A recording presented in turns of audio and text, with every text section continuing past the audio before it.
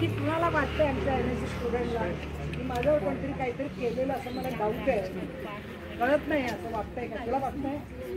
एकदम माझ्याशी फ्री बोला, मी चार्जेस वगैरे काही दिला नाही.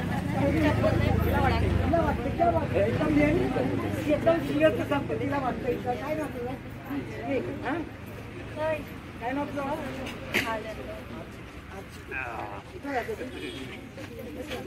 तिला असं वाटतंय काय प्रॉब्लेम होतं? का वाटतं तुला कोणतरी आपल्याला करणी केली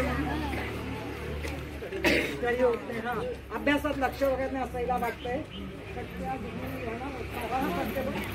नारळ का बघा बरं फक्त बाबा हा अखंड नारळ आहे. कोणाला डाऊट आहे का? कोणाला डाऊट असेल तर जाऊन जवळ जाऊन बघा. काय नसतं आजचं आपण करणी होतो हे इकडे समोर आहे, मला ती चांगली दिसेल ना, तो बाबा असंच करेल.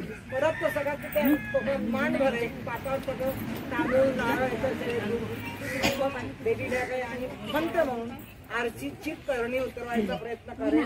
हा नारळ या सरांनी सांगितलं अखंड आहे, काठीत काही नारळ कुठे मध्ये दिसलेला फुटला नाही. तुम्हाला डाऊट आहे का? ते करायचं दिसतंय ना, छान नजर चांगली एवढं आमचं दिसतंय गुड.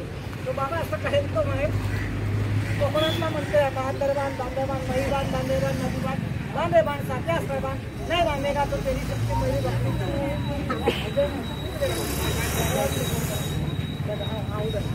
तो तुम्ही आराम के साथ एकदम आस्ते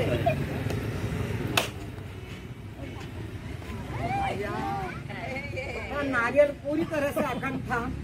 इसके अंदर से इसकी ब्लॅक करणे बाहेर आले. पण ताई मला एक शंका आहे, हे नारियल तर तुम्ही आणलंय ना, तर यावर तर तुम्ही काही केलं असेल तर कोणालाच नाही माहित असेल, तर माझ्या ओळखीच्या इकडे एक घर आहे तिथून मी नारळ आणतो, त्यावर पण करून दाखवतो. काय मला माहिती काय नाव आहे तुझं? प्रभू. अरे तो मला एकतो त्याने मला चॅलेंज दिलेलं आहे की तुमच्या नारळातून तुम्ही करणी केली काढली या मुलीची, तर तुम्हाला मी नारळ आणून देऊ का? सरपंच येऊ देत ताई, तिने नारळ आणल्यावरती आपण प्रयत्न करूया, हो की नाही? तोपर्यंत तुम्हाला एक गोष्ट मी क्लिअर करू इच्छिते, आपण करणी काढलेली आहे पूर्णपणे. त्यामुळे त्याच्यावरती जर करणी शिल्लक असेल तर तो मुलगा मला चॅलेंज देतो की त्याच्या नावातून करणी काढा.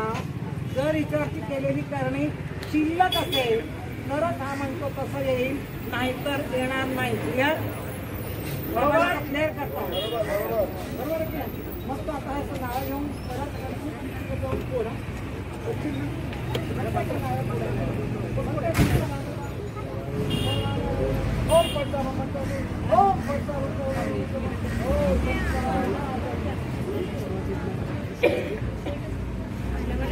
त्याने चॅलेंज दिलेला नारळ करणी येते का? शिल्लक असेल तर येईल.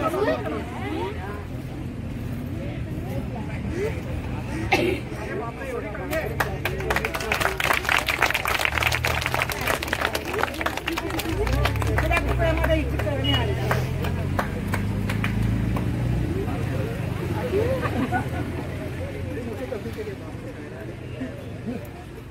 पुढ्या झाली म्हणजे कमी झालेली आहे, तर तिला हरकत नाही, काळजी करू नको. आपल्या एकदम तुझ्या अभ्यासात लक्ष राहील आणि ह्याने चॅलेंज दिल्याबद्दल पण थँक्यू.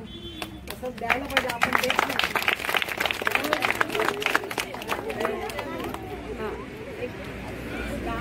संकष्टी आहे का? एक गाणं घेऊया आपण, चालेल? एक कंटाळा आलाय का? माझा आवाज येतोय? चांगलं गाणं आहे, गाणं घेऊन म्हणजे तुम्हाला झोप पण येणार नाही, हो की नाही? दुपारी झोपता की नाही? साहेब नाही झोपत घ्या, हे साधं गाणं एकदम सोपं आहे, हेअर फ्री असतो त्यामुळे ते शिक्षण होतं. बाकी काय खूप नावाचं गाणी आहे. करणं आली याच्यामध्ये, कशी काय आली बघा. नारळाला शेंडीला 3 डोळे असतात माहिती आहे ना? तुम्ही नारळ त्या असं ठेवता आणि मग पाणी घालून त्याला मोड येतो ना, आपण जातो ना, तो 3 डोळ्यांपैकी एक डोळा नरम असतो.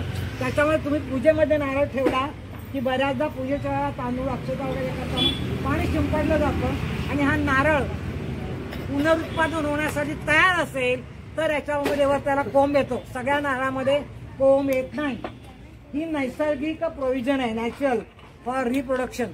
तांदळाचं उत्पादन सातत्याने व्हावं म्हणून शेंडी खाली असलेल्या 3 डोळ्यापैकी एक डोळा अत्यंत नरम असतो आणि त्या नरमपणाचा फायदा बाबा लोक 21व्या शतकात आपली करणी उतरायला करून घेतात. किती सोपं आहे ना त्यांच्यासाठी, आणि आपण सोपं करून देतो.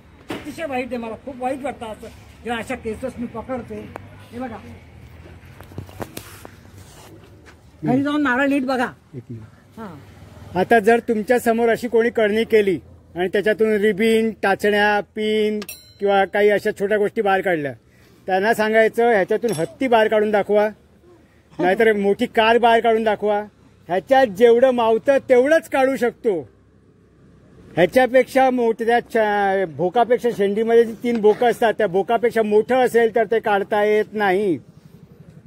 आणि नंतर मला त्याने कोणी मला चॅलेंज दिलं, चॅलेंज देणारा मुलगा, त्याने चॅलेंज म्हणून दिलेल्या नारळात पण तिची करणी आली. कशी आली?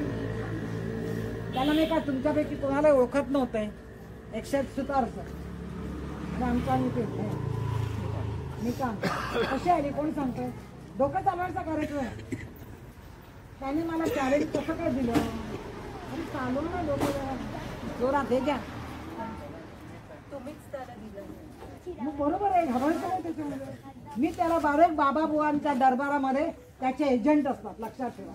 मी एका आत्ता अलीकडे माझी केस चालू आहे मुंबईमध्ये बरीला, त्याच्या 20-25 त्या चेल्याने मला असं हे केलं होतं, बाबाचं महत्व सांगायला. आमचे बाबा किती मोठे आहेत, समर्थांचा अवतार आहेत बाई, आमचं. मी जाणार आहे पुढल्या आठवड्यात, केस तयार होते माझ्याकडे. सगळं तुम्हाला तसं मोठेपणच सांगत होते. कुणाला काय गुण आला, कुणाला मूल होत नव्हतं, कुणाला नोकरी नव्हती, कुणाचा कॅन्सर बरा झाला. बघा कसे म्हणजे विज्ञानाला पण आव्हान देतात.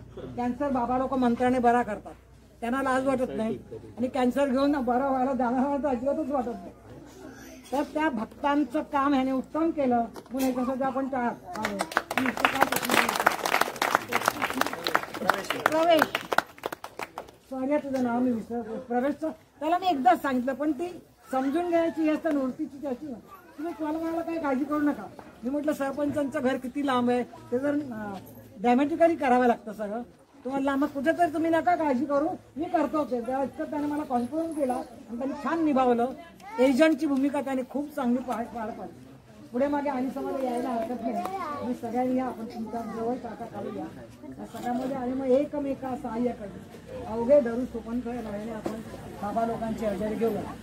आणि नंतर काय झालं की कापूर खाल्ला. कोणी